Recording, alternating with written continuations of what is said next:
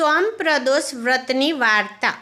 એક શહેરમાં એક બ્રાહ્મણી રહેતી હતી। તેના પતિનું અવસાન થયું હતું।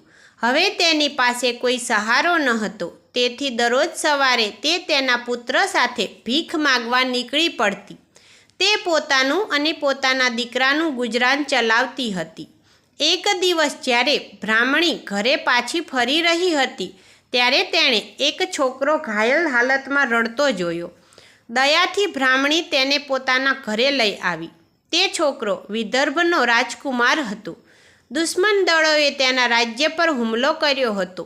તેના પિતાને પકડી લીધા હતા અને રાજ્યનો કબજો મેળવી લીધો હતો। તેથી તે લક્ષ્ય વિના ભટકતો હતો। રાજકુમાર બ્રાહ્મણીના પુત્ર સાથે બ્રાહ્મણીના ઘરમાં રહેવા લાગ્યો।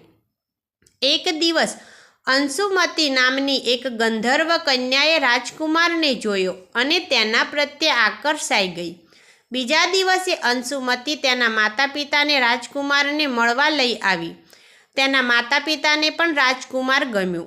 થોડા દિવસ પછી ભગવાન શંકરે અંશુમતીના માતા પિતાને સપનામાં આદેશ આપ્યો કે રાજકુમાર અને અંશુમતીના લગ્ન કરવામાં આવે અને અંશુમતીના માતા પિતાએ તે રીતે બંનેના લગ્ન કરાવ્યા। પ્રદોષ વ્રત રાખવાની સાથે બ્રાહ્મણી ભગવાન શિવની પૂજા પણ કરતી હતી।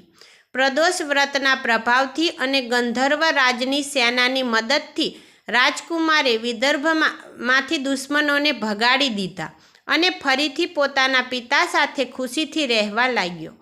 રાજકુમારે બ્રાહ્મણીના પુત્રને પોતાનો પ્રધાનમંત્રી બનાવ્યો। એવું માનવામાં આવે છે કે જેમ બ્રાહ્મણીના પ્રદોષ વ્રતના પ્રભાવથી દિવસો બદલાય છે તેવી જ રીતે ભગવાન શંકર પોતાના ભક્તોના દિવસો બદલી નાખે છે। હર હર મહાદેવ।